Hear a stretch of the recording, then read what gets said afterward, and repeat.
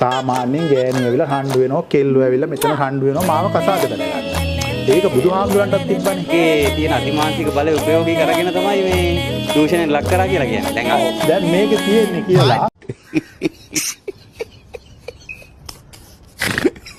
සමන්ත බඩ ගැන මේ අද වීඩියෝ එක ඊයේ කරේ නෑ. සම්පූර්ණ රජය අද කතා කරන්න හදන්නේ. සාර්ථකයි. රජය සම්පූර්ණ අසාර්ථක නෑ. රජය අංග සම්පූර්ණවම පාස් සම්පූර්ණයි.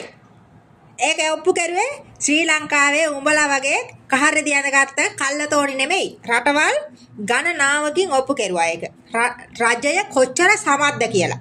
අරද පොඩ්ඩක් හිටපෙම අහා උත්තර දෙන්න. BBC එකේ නොවැම්බර් මාසේ 25 වෙනිදා අපි හැමදාම උදේට BBC බලන්නේ. උඹ BBC බලනවා නම් ඇයි උඹ මේ ගම් වතුර ගැන දැක්කේ නැත්තේ? ඈ? එතකොට කොහෙද හිටියේ? ගෑණියක බඩ උඩද හිටියේ? ඈ සමන්ත බද්‍රහාමුදුරුවනේ. මෙච්චර කාලයක් BBC නිවුස් බලනවා නම් උඹ මේ ගම් වතුර ගලනවා කියපු නිවුස් එක ඇයි උඹ දැක්කේ නැත්තේ? දීපන් බලන්න උත්තර. ඈ? මට ওই දවස් ටිකේ බලන්න ඕනේ මම ලංකාවේ හිටියේ නැති නිසා. ඇයි ලංකාවෙන් එනේ මේ හුත්තේ කතා කරන්න එපා හාමුදුරුවනේ. හරිද? BBC බලන්නේ ශ්‍රී ලංකාවේ උන්ටත් වඩා පිට රටේ. පිට රටක ඉඳගෙන තමයි BBC නිවුස් බලන්නේ වැඩිපුරම. එතකොට ඒ කියන්නේ එතනම පැහැදිලිනේ. ඈ ඔබ තමුන්නාන්සේ රට ගියාම ඔබ තමුන්නාන්සේ නිවුස් වැඩක් නැහැ. ශ්‍රී ලංකාවේ වැඩකුත් නැහැ.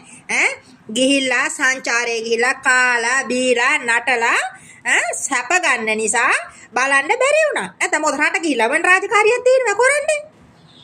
මම හිටියේ ඕස්ට්‍රේලියාවේ මම හිටියේ නම් අනිවාර්යෙන් දා. ඔසී ඉන්න අය අපිටත් කතා කරනවානේ මහත්මයා. අපිටත් කතා කරන ඔසී ඉඳන් ගොඩක් තොරතුරු වෙනවා අපිටත්. ඈ උඹලා ගිහින් නටන නාටකනොත් ආලියා නසීම්ට තොරතුරු වෙනවා ඔසී වල. ඔසී විතරක් නෙවෙයි කොහෙ ගියත් ඇමරිකාවේ ගියත් අපිට එනවා තොරතුරු. ඈ එතකොට උඹට ඔසී ගියපු ටිකට BBC බලන්න බැරි වුණා.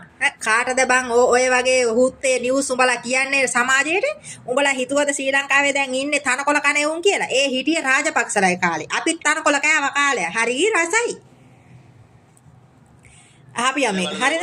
ඔය ටික බලපු ගමන් වීඩියෝ එකක් හරි දාලා මම කෑ ගහලා ඔව් කරුමේ මහත කියන්නේ එදාම BBC එක සමන්ත බද්‍ර මුනින්ද්‍ර යානන් කියන රහතට බැරි වුණා. ඈ ඒ තරමට BC. එහෙමනම් සොයා බලන්නට ඕනේ.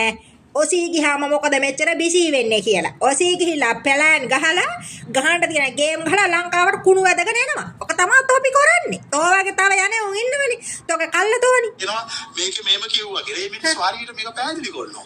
මෙහෙම ඒක පැහැදිලි කරන එක දැන්ද උඹ දැක්කේ? ඈ උඹ විතරක් නේ අපිත් දැක්කා ඒක පැහැදිලි කරන විදිය. අය මිලිමීටර් 300 400 500 වැසි ලංකාවට වැස්සේ නෑනේ අර හදලා තියෙන මේ ගඩොල් ගොඩවල් හදලා තියෙනව නේද? ඔව්ව දීපියකෝ අහිංසක මිනිස්සුන්ට අන්න ගෙවල් නෑ. අන්න ගෙවල් ගහගෙන ගොහින් තියෙනවා.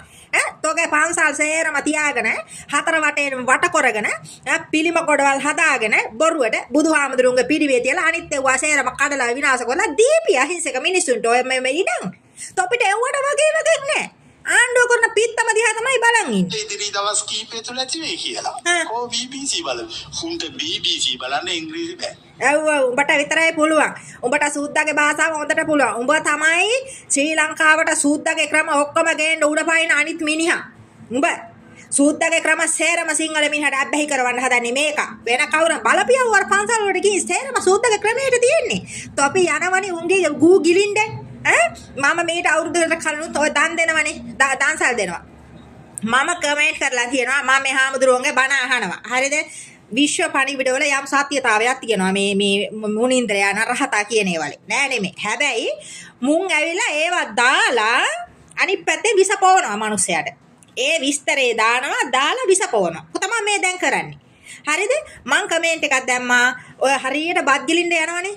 අම්මෝ පුදුම විදිහට යනවා බත් ගිලින්න අපේ රටේ බහුතරයක් මිනිස්සු. මම කමෙන්ට් කරා කණ්ඩ දෙනවා නම් ලංකාවේ උන්ට අම්මගේ මිනිහා උනත් දෙනවා. අම්මා උනත් ගිහින් මේ උන්ට දෙනවා බුදියන්ට. එහෙම මිනිස්සු ඉන්න රටක් ශ්‍රී ලංකාව.